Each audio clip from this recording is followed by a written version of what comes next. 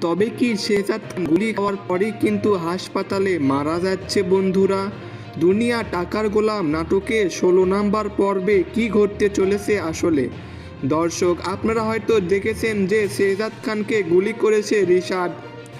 একটা লকারের চাবি নেওয়ার জন্যই কিন্তু শেহজাদ খানের উপর আক্রমণ করে রিশাদ।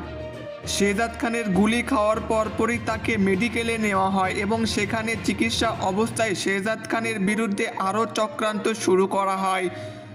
রিশাদ যে শেহজাদ খানকে গুলি করেছে এটা যদি শেহজাদ খান হুঁশ ফেরার পর সবাইকে বলে দেয়, তখন কিন্তু রিশাদকে পুলিশ ধরে নিয়ে যাবে এবং সেই জন্যই কিন্তু রিশাদ এখন হসপিটালে গিয়েও কিন্তু আবার গোলামের ওপর আক্রমণ করার চেষ্টা করবে।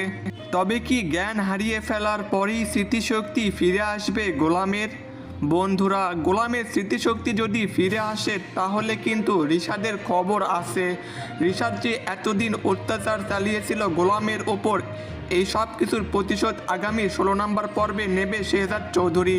এবং শেহজাদ চৌধুরীর যত কোটি কোটি টাকার সম্পত্তি আছে এবং ব্যাংক ব্যালেন্স আছে, সব কিছু এবার সবার সামনে প্রকাশ পাবে।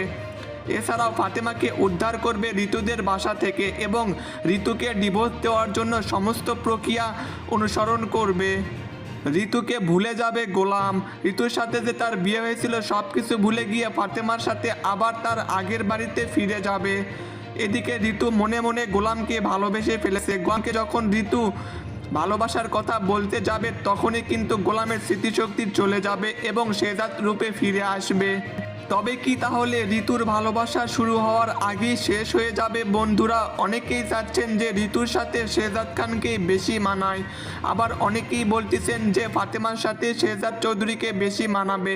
তো দর্শক, আপনারা কি চান গোলাম কার পক্ষে থাকবে, ঋতুর পক্ষে নাকি ফাতেমার পক্ষে? কমেন্টে জানাতে ভুলবেন না। দুনিয়া টাকার গোলাম নাটকে 16 নম্বর পর্ব আগামী বৃহস্পতিবার ঠিক 12টার সময় প্রাঙ্কিং এন্টারটেইনমেন্ট চ্যানেলে আপনারা দেখতে পারবেন। সবাই অপেক্ষা করুন ধৈর্য ধরে এবং প্রতিটি এপিসোডের আপডেট সবার আগে পেতে এখনই আমাদের চ্যানেলটি সাবস্ক্রাইব করুন। ধন্যবাদ।